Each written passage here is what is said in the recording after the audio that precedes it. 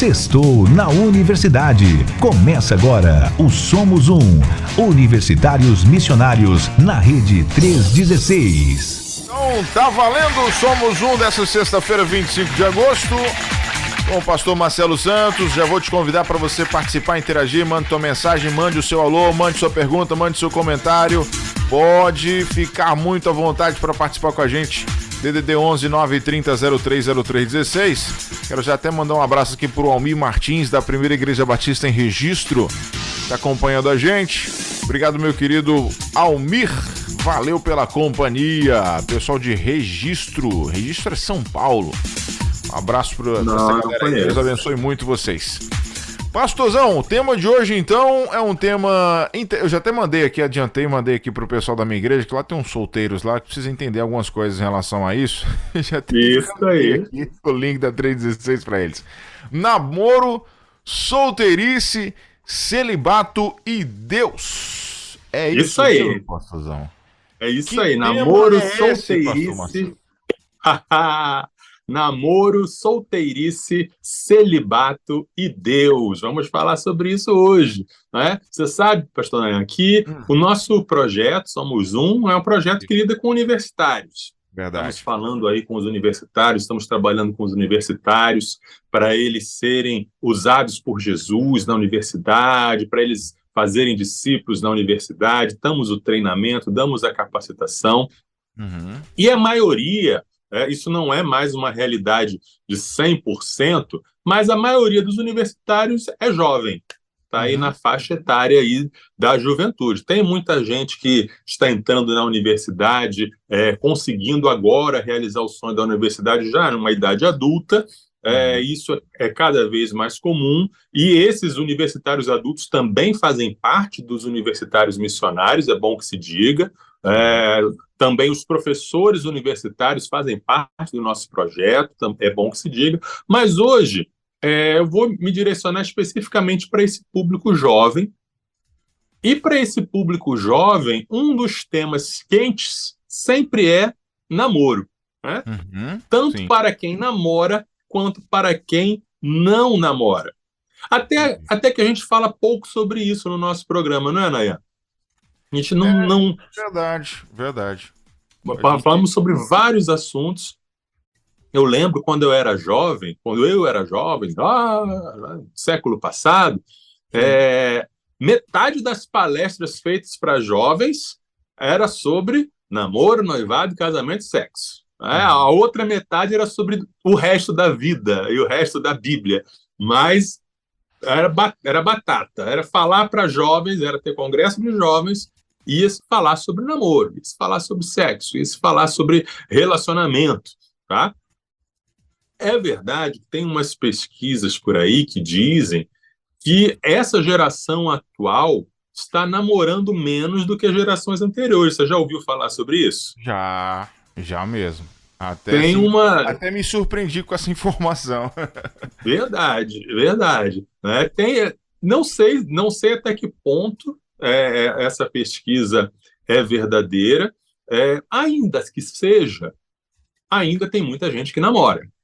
E ainda tem muita gente que quer namorar.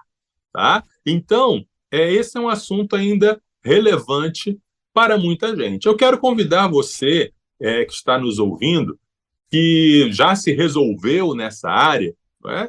Já se resolveu de um jeito ou de outro, mas se você tem um sobrinho, uma sobrinha, filho, filha, amigo, colega, alguém perto de você que esteja lidando com essas questões de namorar ou não namorar, mande um link para ele, fale com ele, olha, ligue agora na Rede 316, né, ou encaminhe, então, se você estiver ouvindo esse programa depois da sexta-feira, 25 de agosto, mande o link aí para ele assistir, para ele ouvir também, tá certo? Esse é um assunto que eu acho que é relevante para muita gente.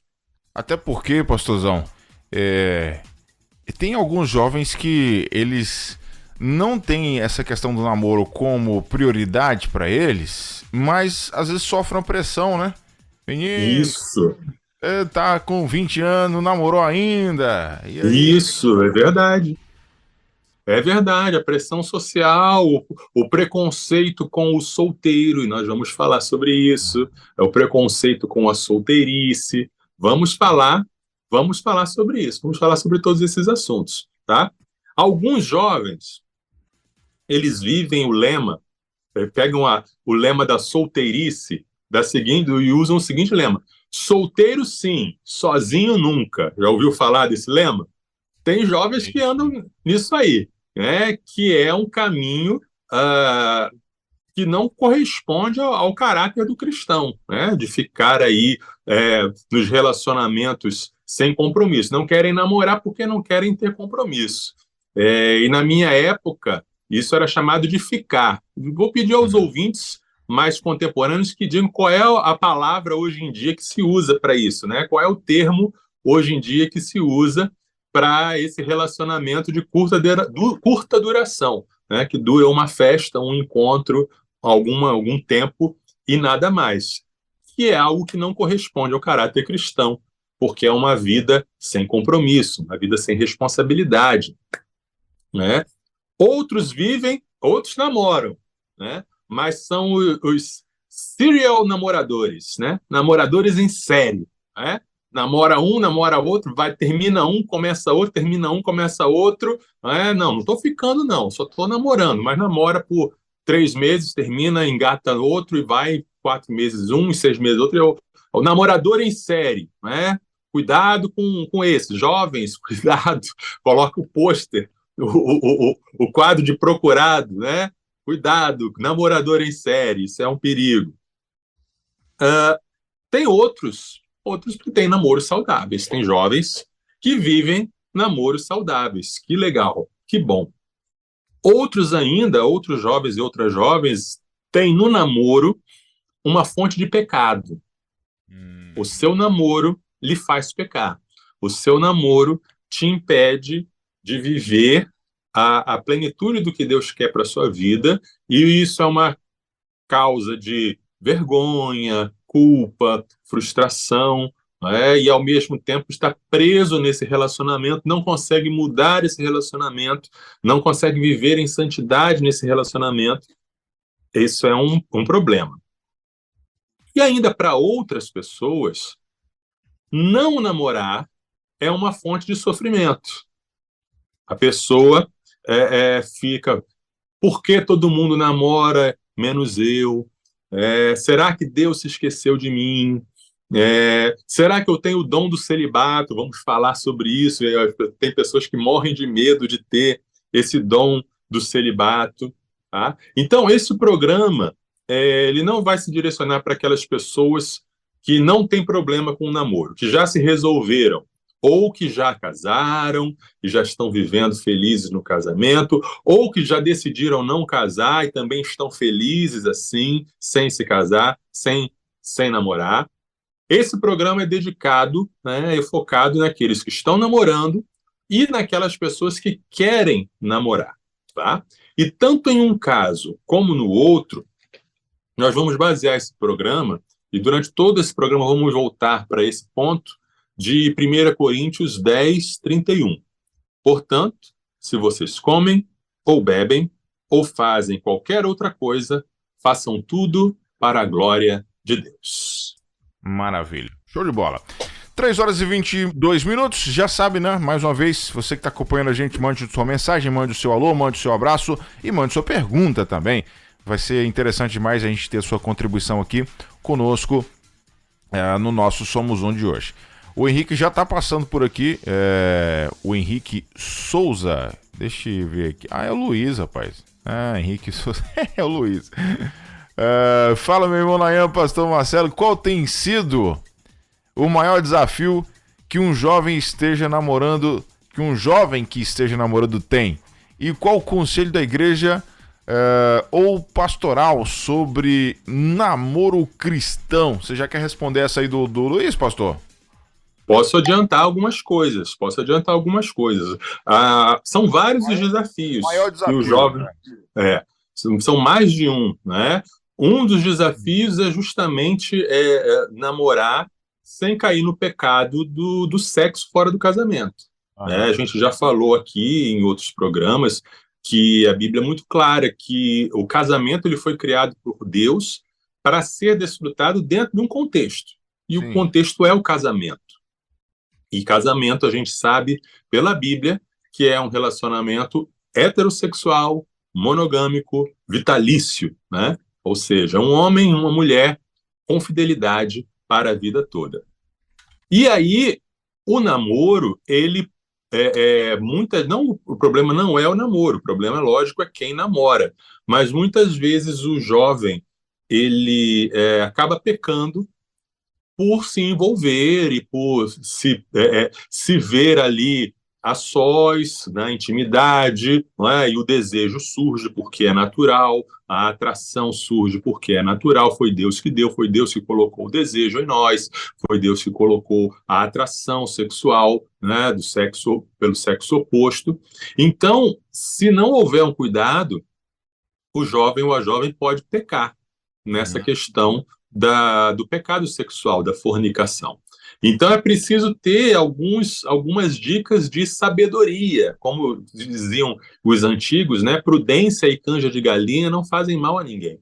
Se você já sabe que se você sabe, se você é cristão, se você entende qual é o projeto de Deus para a sexualidade, que esse projeto inclui se guardar e se preservar até o casamento, você já entendeu isso, né? Mas você é um ser humano normal, que tem desejos.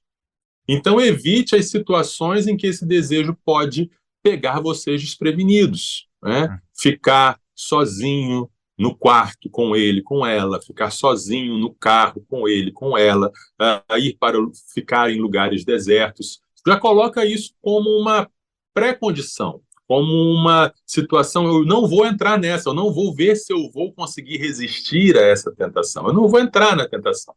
Então, eu vou namorar, né? Vou ter os meus momentos de carinho, vou ter os meus momentos de estar só, mas evitar esse momento de ficar muito só, de ficar em perigo, né? Se colocando em perigo, tá? Então, isso aí é um desafio para aqueles que já entenderam, qual é o plano de Deus, qual é o projeto de Deus para a vida e para a sexualidade. Tem outros desafios também, mas a gente vai falar mais para frente sobre eles. Então tá aí, beleza, já deu uma clareada já. 3 horas e 26 minutos aqui na nossa 316, 3h26.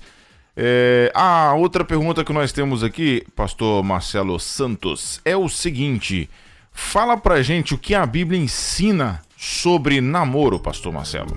Essa é justamente a nossa próxima pergunta, não é isso? O que a Bíblia ensina sobre o namoro? E eu vou dizer para vocês, nada. Como assim? Pois é, né? Na época que a Bíblia foi escrita, não existia namoro, né? Na época que a Bíblia foi escrita, não existia essa instituição chamada eu estou conhecendo alguém e eu estou me relacionando com essa pessoa e eu estou vendo se essa pessoa é a pessoa que eu quero casar, estou me preparando, pode ser que dê certo, pode ser que não, se não, tudo bem. Se não existir essa instituição chamada namoro, é algo recente na história humana. As famílias é que escolhiam quem ia casar com quem. Isso em todas as culturas e em muitas culturas isso continua até hoje. Na Índia, por exemplo, mesmo não só no interior, né, mas nas capitais, né, entre a população de classe média, é comum ainda o casamento arranjado pelas famílias. E eles acham graça desse nosso costume de namorar. Eles entendem que o casal aprende a se amar depois que se casa. Então, a Bíblia, ela não fala da instituição namoro, não fala especificamente, namorados, você que está namorando, faça isso, não faça aquilo, porque a Bíblia é a palavra de Deus em linguagem humana. E quando Deus usou aqueles homens para escrever a palavra, a escritura, ele falou dentro daquele horizonte que aqueles homens conheciam. com a linguagem, com o conteúdo que eles conheciam. Portanto, ele não poderia falar, aquele homem que escreveu a palavra, não poderia escrever sobre algo que ele nunca ouviu, que ele nunca conheceu, um contexto que não existia. Tá? Nós vemos a história do desenvolvimento, né, do chamado amor romântico. Você vê, por exemplo, na Idade Média, aquelas histórias de cavalaria, aquelas histórias de príncipes e princesas, e que era mais ou menos assim: o nobre cavaleiro via a princesa e se apaixonava à primeira vista, sem nem conversar, sem nem saber quem era, e enfrentava as dificuldades sem nem mesmo conversar, e fugiam juntos, mas fugiam juntos para casar. Então não tinha essa questão do namoro. Isso surgiu bem recente na história, século XIX, por aí. E a questão do namorar por namorar, então, é mais recente ainda, da década de 60 para cá. Tá? Bom, aí, diante desse fato de que a Bíblia não fala especificamente sobre namoro, algumas pessoas tomam duas posições extremas. Uma posição é dizer assim: bom, já que a Bíblia não fala sobre namoro, então o crente não pode namorar. Né? Já que a Bíblia não autoriza, já que a Bíblia não fala sobre isso, então não podemos fazer. E aí surge essa a instituição chamada corte. Algumas igrejas e alguns grupos realizam isso. O jovem e a jovem não namoram, eles fazem a corte. Né? O jovem diz: olha, eu estou orando por você. Tá bom, eu vou orar por você. E aí eles podem conversar, mas sem toque físico, sem beijo e sob a supervisão dos pastores, dos líderes, até que eles sentem a confirmação de que é para casar, e então vão e casam. Eu não tenho como dizer se isso funciona, não sei se funciona. Não posso dizer que isso é errado, não façam isso, não posso dizer que é errado, mas também não posso dizer que é algo obrigatório da palavra de Deus. Não posso dizer que Deus ordena que seja assim, tá? Porque não é porque algo não está escrito na Bíblia que significa que seja proibido. Tem muitas coisas que fazemos e vivemos no dia a dia que não estão prescritas na Bíblia. Né? A Bíblia não fala sobre redes sociais, a Bíblia não fala sobre como voar de avião, a Bíblia não fala sobre como fazer sua pós-graduação. A Bíblia não fala de muitos assuntos que hoje em dia são normais, mas não significa que não podemos fazer. Agora, o outro erro que algumas pessoas cometem, o outro extremo que algumas pessoas cometem por causa do fato de que a Bíblia não fala sobre namoro, é pensar assim: bom, já que a Bíblia não fala, então está tudo liberado. Já que a Bíblia não fala, eu posso namorar do jeito que eu quiser. Eu posso conduzir o meu namoro de qualquer jeito, porque a Bíblia não proíbe nada. Esse é um outro extremo, né? Não é porque algo não está discriminado nas Escrituras que eu posso fazer do qualquer jeito, que eu posso fazer do meu jeito. A Bíblia, ela tem princípios. Tá? Ela não fala diretamente sobre tudo, mas ela tem princípios que podem ser aplicados a tudo. Né? A Bíblia, ela pode nos dar princípios sobre como usar as redes sociais, como se comportar num voo de avião, como seguir a sua pós-graduação, sim. E também sobre o namoro. Existem princípios bíblicos que a gente pode aplicar dentro da instituição namoro, dentro da realidade namoro. Né? Vamos ver alguns princípios. Um deles eu já mencionei, respondendo aí ao Luiz, que é a questão da pureza. 1 Coríntios 7, 9, nos diz assim: mas se não conseguem se dominar, que se casem, porque é melhor casar do que arder em desejos. Ou seja, para a Bíblia, só existem dois caminhos. Ou você se domina e controla o seu desejo e não cede ao seu desejo, ou você se casa para viver debaixo da bênção de Deus o seu desejo. Então, a gente não pode, não há essa opção na Bíblia para nós da vida sexual recreativa, em que eu vivo o meu desejo com uma pessoa com quem eu estou num relacionamento, mas não tenho um compromisso de vida com essa pessoa. E eu posso terminar a hora que for e sem problema. A Bíblia não nos permite esse tipo de comportamento, porque a Bíblia só apresenta o contexto do casamento como o contexto para a nossa satisfação sexual, tá? O namoro, ele não é um fim em si mesmo. O namoro, ele existe como um preparativo para o casamento. O namoro deve ter como alvo o casamento. Então, aí a gente já dá uma dica para quem está namorando ou pensando em namorar. Se você não está nem pensando em casamento, não namore. Se o casamento não é nem um horizonte na sua vida, eu não estou pensando nisso, não. Né? Uma coisa é você ter um planejamento. Não, eu vou fazer, eu já sei que eu vou fazer minha faculdade e depois eu vou trabalhar e eu já estou juntando dinheiro para construir a minha casa e aí eu vou casar. Ok, isso pode levar alguns anos de preparação. Mas se o casamento não está no seu horizonte, se você não sabe se vai casar ou quando vai casar, não namore. Namorar para quê? Tá?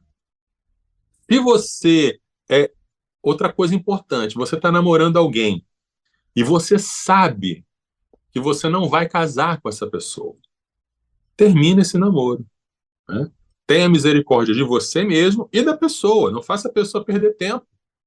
Você já sabe, porque depois de algum tempo, você já sabe se vai dar certo aquilo. Você já sabe se essa pessoa e você vão se dar bem juntos pela vida toda. Você já sabe. Então, se você já está percebendo que não, isso não vai dar certo, e não, casar com ele, casar com ela, não vou. Então, por justiça, por misericórdia, por sinceridade, né, termina esse namoro, né, porque não tem futuro. E o namoro, ele tem como horizonte o casamento. Tá? E aí a gente entra um outro princípio, que está em 1 Tessalonicenses, que é o de não defraudar. Tá? 1 Tessalonicenses, capítulo 4, do versículo 3 ao 7, pois a vontade de Deus é a santificação de vocês, que se abstenham da imoralidade sexual, que cada um de vocês saiba controlar o seu próprio corpo em santificação e honra, não com desejos imorais, como os gentios que não conhecem a Deus, e que nesta matéria ninguém ofenda nem defraude o seu irmão, porque contra todas estas coisas, como antes já avisamos e testificamos, o Senhor é o vingador, pois Deus não nos chamou para a impureza, e sim para a santificação. Então, Paulo aqui está falando mais uma vez sobre essa questão da pureza, sobre essa questão de não cair no pecado sexual, da fornicação, do sexo fora do casamento. E aí ele usa a palavra defraudar. Ele diz assim, olha, não defraude, não engane o seu irmão, que é a palavra que se usa quando você aplica um golpe em alguém, quando você lesa alguém, quando você prejudica, dá um prejuízo para alguém. Paulo está falando que quando você comete um pecado sexual com alguém, você está prejudicando essa pessoa. Você está tirando algo dessa pessoa. Você está como se estivesse lesando ou tirando algo do patrimônio dela. Isso é defraudar. Isso inclui tanto a defraudação física, ou seja, você está pecando junto com alguém, você leva então essa pessoa ao pecado, quanto também a defraudação emocional. Isso é um tema, um lema muito importante. Quando você brinca com o sentimento de alguém, né? A menina que brinca com o sentimento do menino, o menino que brinca com o sentimento da menina, você está defraudando também essa pessoa. Quando você cria expectativas que você sabe que não vai cumprir, né? Expectativas de amor, expectativa de carinho, a pessoa está apaixonada por você e você está gostando apenas. Ah, é legal, eu gosto de passar o tempo com ele, mas não é para casar, ou com ela, né? Isso é defraudação. É defraudação emocional, né? Você está usando, por uma série de razões, usando a outra pessoa. E isso é uma falta de responsabilidade emocional. É um termo que se usa hoje em dia, né? Responsabilidade afetiva, responsabilidade emocional. Você é responsável por quem você cativa, ou seja, se você criou expectativas, se você alimentou, né? Não se o outro acha que você alimentou, tem isso também, né? Porque às vezes a outra pessoa é que está projetando.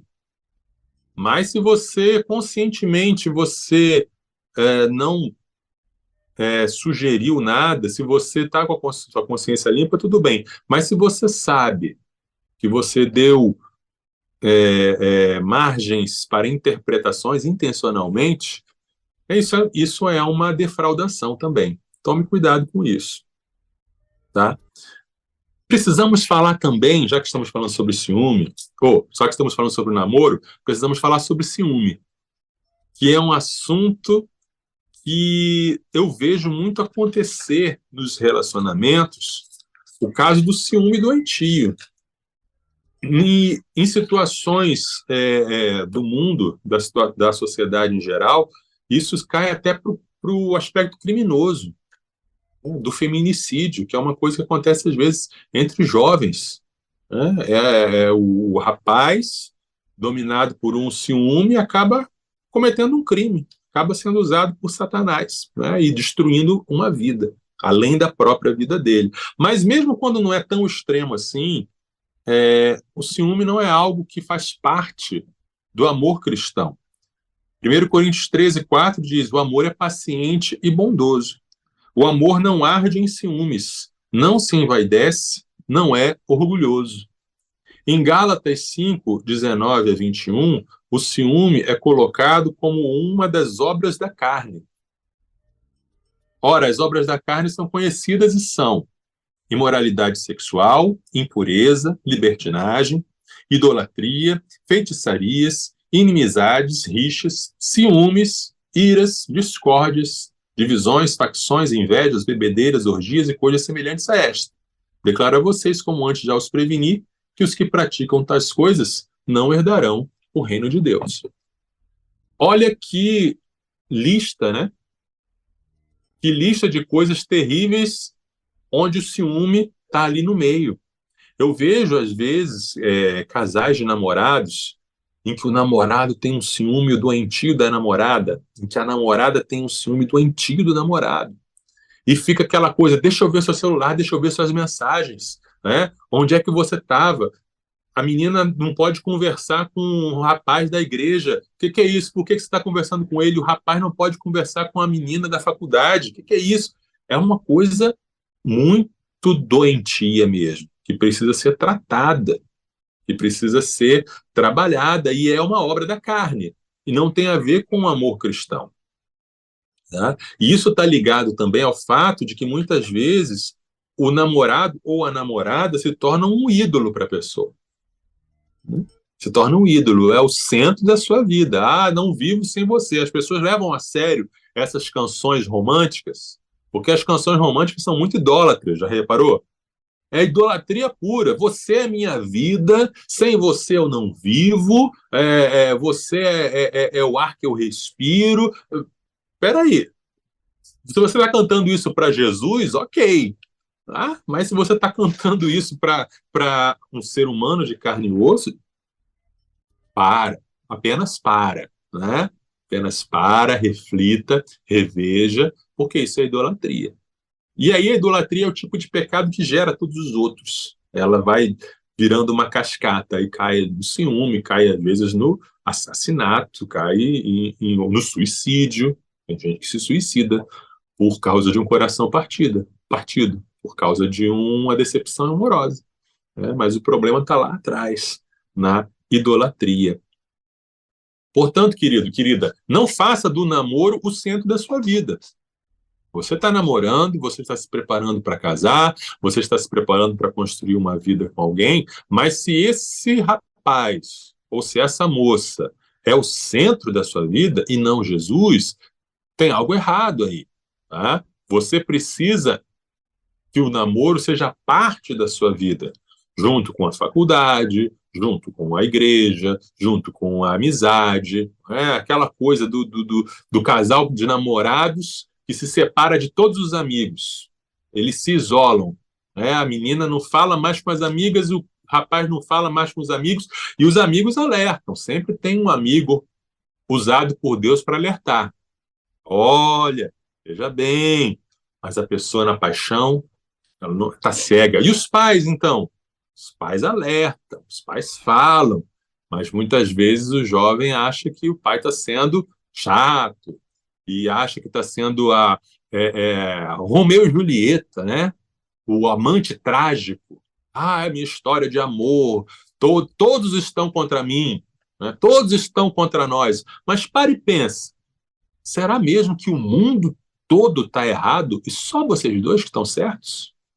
Reflita, né? Reflita. Outra dica, né? Veja como ela ou como ele tratam a família dele ou dela.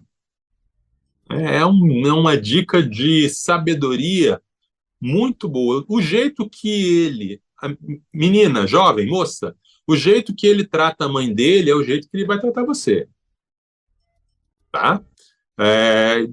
Cuidado, veja, observe, tá? Mesma coisa dos rapazes em relação às moças. Olha, observa como é que é a dinâmica familiar. Aquela coisa, você vai casar com a família toda, você não vai casar só com a sua amada, não, você vai casar, vai entrar nessa dinâmica familiar. Aí, se você observa todas essas coisas e você chega à conclusão que é melhor terminar, né? Converse com calma, né? Peça sabedoria a Deus, civilizadamente, termine e não saia por aí também difamando a pessoa. Tá? É importante. Você pode ter descoberto várias razões para não continuar o namoro, mas não é por isso que você vai meter a boca no trombone e colocar em todas as redes sociais todos os defeitos da pessoa. Isso é feio também, tá? Então, terminou, vida que segue, maravilha, tá bom? E se você, ao ver todas essas questões, você entender, ok, não, meu namoro, eu quero realmente casar, e eu vejo que vamos estar bem juntos e tal. Então, namore para a glória de Deus. Voltando lá para 1 Coríntios 10:31, namore para a glória de Deus. Faça do seu namoro uma fonte de glória ao nome de Jesus. Sempre que me perguntam sobre isso, eu falo assim de forma muito rápida e resumida. Cara, você quer namorar? Mas como é que é a sua intenção em relação a namoro? Você quer casar? Não, vou namorar só pra ver o que vai dar. Então não namora, velho. Não namora não.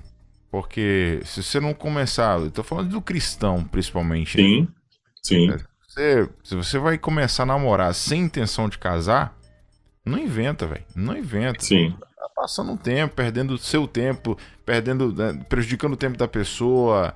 Então, se você vai namorar, meu irmão, já namora, já projetando o casamento. Já entra no namoro, entrando que você precisa, até mesmo se você olhar, né? O pastor Marcelo já falou sobre isso aqui, né? Os tempos bíblicos não tinham isso. Então, o negócio foco era no casamento, né? Foco era no compromisso.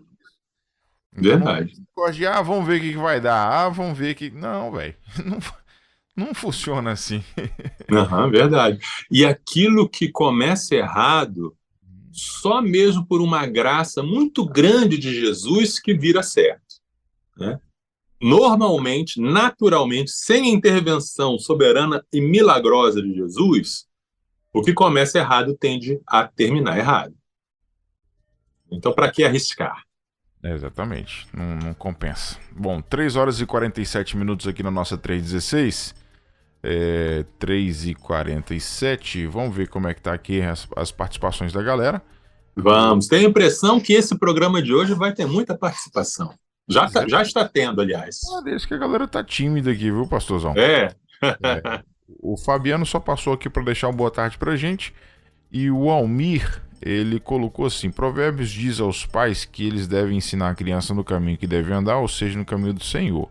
Conselhos dos pais: tudo posso, mas nem tudo me convém. E aí ele colocou assim, entre aspas, né? Quem ama, espera. Eu já ouvi muito essa frase, quem ama, espera. Isso foi parte de uma campanha no Brasil, nos Estados Unidos. Começou nos Estados Unidos, chegou no Brasil, se eu não me engano, na década de 90, o final dos anos 80, que era uma campanha. As pessoas, os jovens faziam, tinham anéis de compromisso, né, para se manter sem relações sexuais até o casamento. As pessoas assinavam cartas de compromisso. Foi uma campanha bonita, foi legal.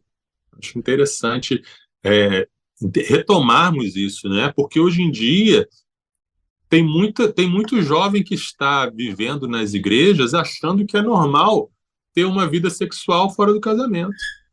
Acho que é tranquilo, que faz parte, que não tem nada errado, né? Então a gente precisa retomar o ensino bíblico e realmente, não diria que tem muitos jovens não, mas imagino que tem alguns jovens por aí achando isso. Então a gente precisa retomar esse ensino bíblico, claro, e renovar esses compromissos. E lembrando, nunca é demais lembrar, né, que se você já caiu no pecado, e você se arrepende, você é nova criatura em Cristo Jesus, ok? Não é em nada inferior a qualquer outro cristão, porque todo mundo erra, né? Então caiu nesse pecado, se arrependa, levante, nova vida. Jesus dá nova vida a todo momento para aquele que se arrepende verdadeiramente. Isso aí. Pastor, o que é o dom do celibato e por que muita gente tem medo dele, pastor Marcelo? Quando falamos aí de namoro, quando falamos de casamento, muita gente vem como um fantasma esse dom do celibato. Ai, meu Deus, eu tenho o dom do celibato, socorro, será que eu tenho? Eu não quero esse dom para a minha vida. Vamos lá. 1 Coríntios, capítulo 7, versículos 7 a 9. Gostaria que todos os homens fossem como eu. No entanto, cada um tem de Deus o seu próprio dom. Um, na verdade, de um modo, outro de outro. E aos solteiros e às viúvas digo que lhes seria bom se permanecessem no estado em que também eu vivo. Mas, se não conseguem se dominar, que se casem, porque é melhor casar do que arder em desejos. O que é o dom do celibato? Paulo está dizendo aqui que algumas pessoas têm o dom de viver como ele vivia.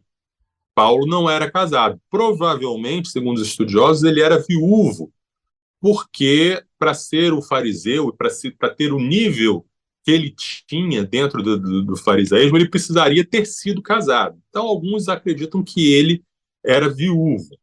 E Paulo, ele tinha o dom do celibato, ou seja, ele vivia bem sem casar. Ele não se preocupava com o casamento, ele não queria se casar e ele vivia bem com isso. Paulo está dizendo aqui nesses versículos que algumas pessoas, como ele, têm o dom do celibato, de estar só. Outros têm o dom do casamento. São dois dons diferentes, dois dons que se complementam.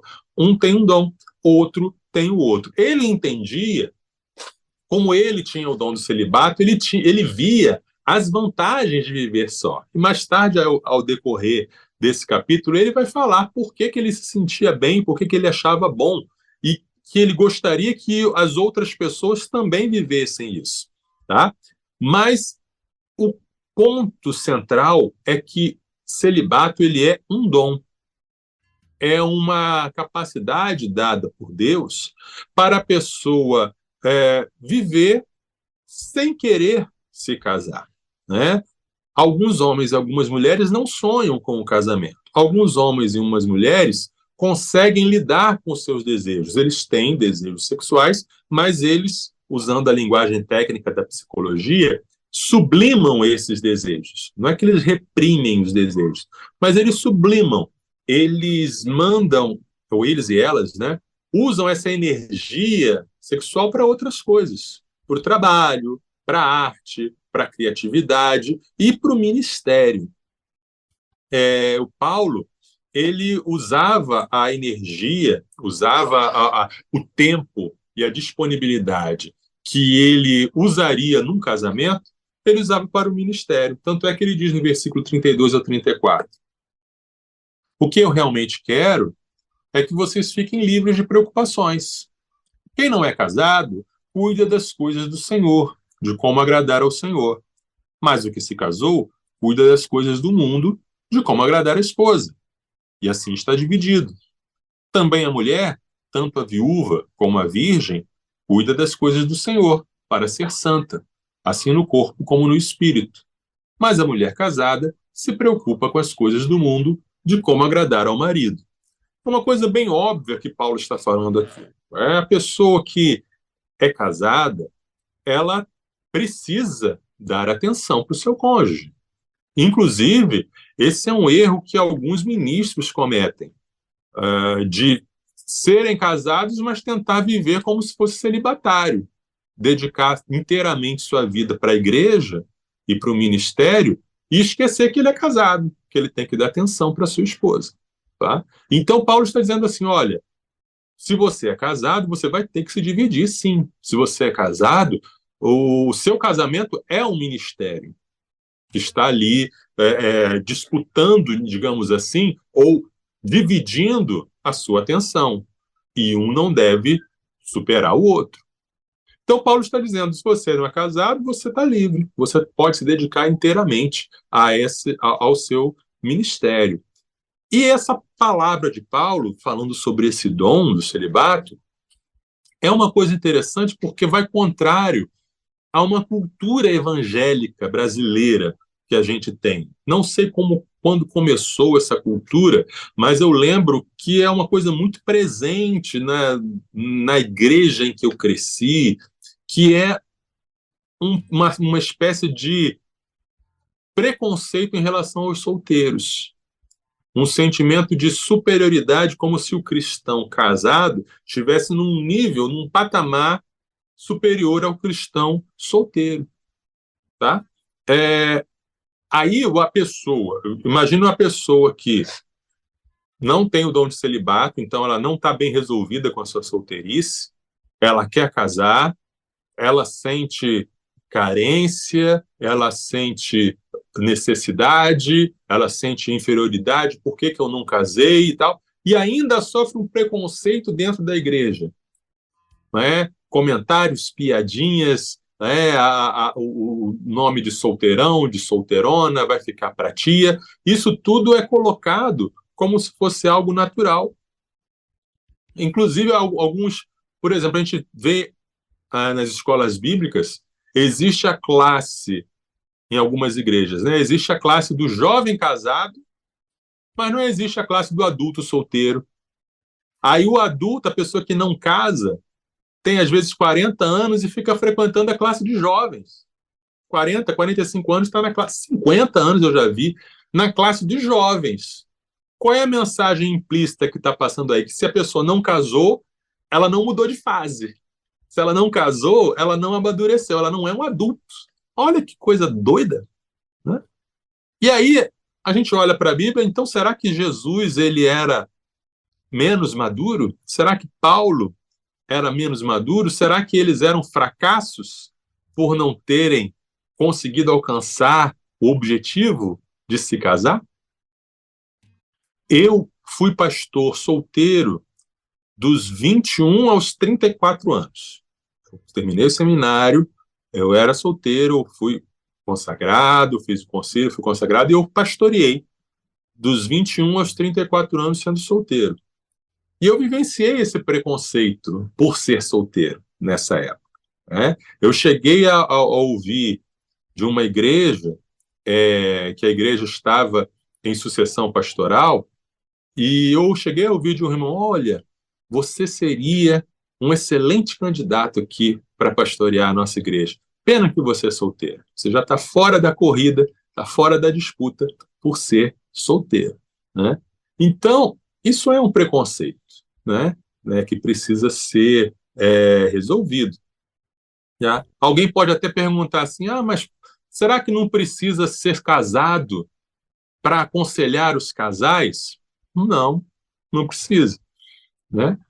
Ninguém precisa ter todas as experiências da vida humana para aconselhar, né? Eu não preciso ser drogado para aconselhar um drogado, eu não preciso ser, aliás, né, nem a palavra que se usa mais, né? Eu não preciso ser dependente químico para aconselhar o dependente químico, eu não preciso ser homossexual para aconselhar o homossexual, né? E o que eu preciso, então, para aconselhar? Eu preciso da palavra de Deus e de empatia, né? Preciso ter a palavra de Deus e preciso ter a empatia, me colocar no lugar do outro. Isso é o que basta, isso é o que é necessário. Lógico que, se você passa por situações parecidas, isso aumenta a sua empatia, isso aumenta a sua capacidade de se colocar no lugar, mas não é um pré-requisito para o aconselhamento. Tá? Então, a gente precisa entender, né, que existe um dom. Existe um dom do celibato, o dom da pessoa ser solteira. Tá? E aí, voltando ao início da pergunta, por que muitas pessoas têm medo desse dom? Porque não entendem o que é dom. Se é dom, é bom. Dom significa presente, é uma dádiva de Deus. Tá? O celibato não é uma maldição. Deus me castigou com o dom do celibato, eu nunca vou casar. Não. Quem tem o dom de celibato está feliz na condição de solteiro. Está realizado, não pensa em casar, não passa isso. Às vezes ele sofre pela pressão social, às vezes ele sofre pelo preconceito, sofre pelos comentários. E aí, não vai casar não? E aí, como é que é aí, fulano? Olha só, e dá cutucada nos outros, aponta. Aí que vem o sofrimento, mas ela ou ele, internamente, estão bem resolvidos. Não estão atrás disso. Estão usando aí o seu tempo, sua disposição para o ministério, para a profissão, e tudo bem com isso. Tá? Então, o dom do celibato não é você querer casar e Deus não deixar. Né? E não é você não ter conseguido alcançar o alvo. Se você quer casar, você não tem o dom do celibato. Se você morre de medo de ter o dom do celibato, você não tem o dom do celibato. Tá bom?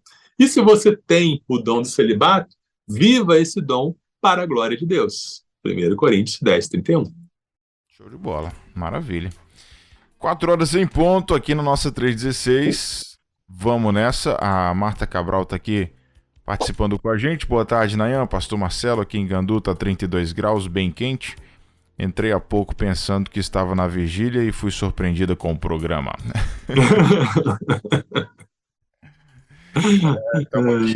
Estamos aqui firmes e fortes, minha querida irmã Marta Cabral.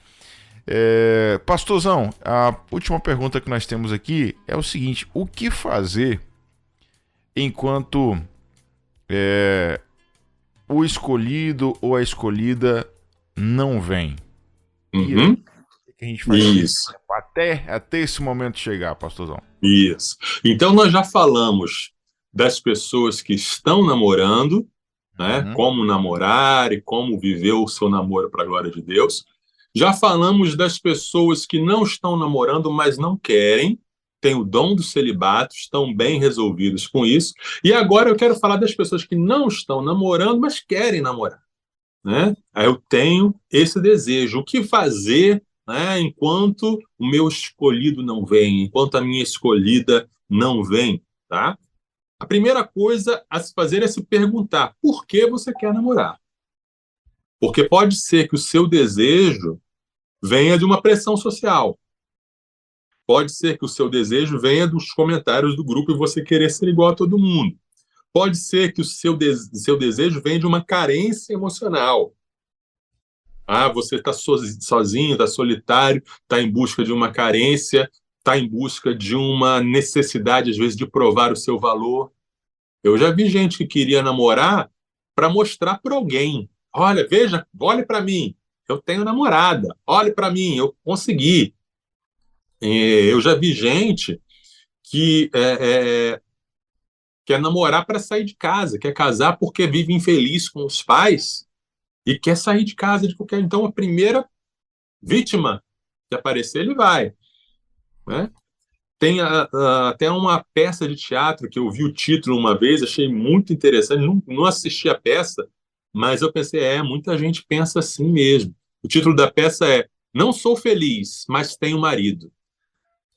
Então tem muita gente que vai atrás disso. Não quero saber de ser feliz, não. Quero saber de não ter a vergonha de ser solteiro, de ser solteira. E às vezes você quer namorar pela concupiscência mesmo, pelo desejo sexual, tá? Então avalie quais são as razões que levam você a querer casar, a querer namorar. Aí você pode responder assim, Pastor Marcelo, eu já me examinei, já me observei, e o meu desejo é um desejo legítimo. Meu desejo, eu quero casar, quero constituir família, eu quero amar e ser amado, mas eu não consigo, não estou conseguindo, não aparece a pessoa, eu não sei o que fazer. Então, vamos lá. Se você tem esse desejo legítimo de se casar, se você tem, pelas razões certas, esse objetivo de casar, de namorar, coloque isso diante do Senhor. Tá? A palavra de Deus nos diz que todo desejo íntimo, todo desejo pessoal, todo desejo legítimo, nós podemos e devemos apresentar ao Senhor. Salmo 37, versículo 4. Agrada-te do Senhor e ele satisfará os desejos do seu coração. Mateus 7, de 7 a 11. Peçam e lhes será dado. Busquem e acharão. Batam e a porta será aberta para vocês. Pois todo o que pede recebe, e o que busca encontra. E a quem bate a porta será aberta. Ou quem de vocês, se o filho pedir pão, lhe dará uma pedra? Ou se pedir um peixe, lhe dará uma cobra? Ora, se vocês que são maus sabem dar coisas boas aos seus filhos, quanto mais o Pai de vocês, que está nos céus, dará coisas boas aos que lhe pedirem. Então, peça mesmo. Não se esquive de orar. Não se esquive de orar, de pedir, de colocar diante de Deus, porque é um desejo legítimo, é um desejo humano. Deus nos criou para o relacionamento. Deus falou, não é bom que o homem esteja só. Então, se você tem esse desejo real dentro de você, ore, peça, coloque diante de Deus. Outra coisa, não desista. Né? Como eu falei, eu fui solteiro até os 34 anos. Eu me casei tarde. E eu orava, eu pedia, eu clamava, e Deus me deu a minha bênção. Deus deu a Simone. Então, dou graças a Deus todos os dias por ela, pela vida dela na minha vida, pelo nosso casamento. Então, ore, clame e peça, e não desista. Né? Tem gente que conseguiu se casar muito mais tarde do que eu. Tem relatos, tem testemunhos, os ouvintes podem dar os seus testemunhos aí, podem mandar seus testemunhos de vitória nessa área sentimental. Deus se importa com isso, Deus se importa com a sua felicidade sentimental também.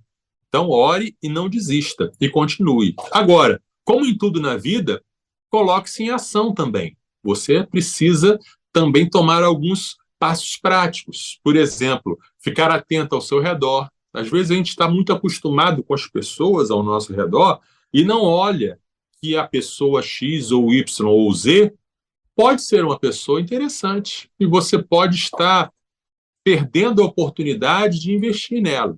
Então, olhe ao seu redor, observe, converse, tenha, né? Não estou falando para sair pedindo todo mundo em namoro, não, mas para você observar, ficar atento aos sinais, seja sincero e transparente sobre os seus sentimentos. Às vezes a gente está interessado em alguém, mas a pessoa não é obrigada a descobrir isso, não. A pessoa não é obrigada a ler sua mente, ler seu pensamento. Tem gente que fica fazendo joguinhos, sabe? Quando eu gosto de alguém, aí que eu desprezo a pessoa. Viu? Bobagem, gente. Né? Seja honesto, seja sincero, né? Jogue limpo, né? Coloque as cartas na mesa. Né? Vai lá, arrisque-se. Às vezes você precisa se arriscar. Às vezes você precisa sair dessa proteção que você se colocou, dessa couraça, e se abrir, se vulnerabilizar. Dizer, olha, estou gostando de você, olha, estou sentindo algo por você, vai lá, mete as caras, não você já tem, tá? Cuidado com a friend zone, né? O que é a friend zone? É aquele momento em que a pessoa se acostuma a ver você como amigo. Aí pronto, aí cai naquela, meu querido, eu amo você como um irmão, né?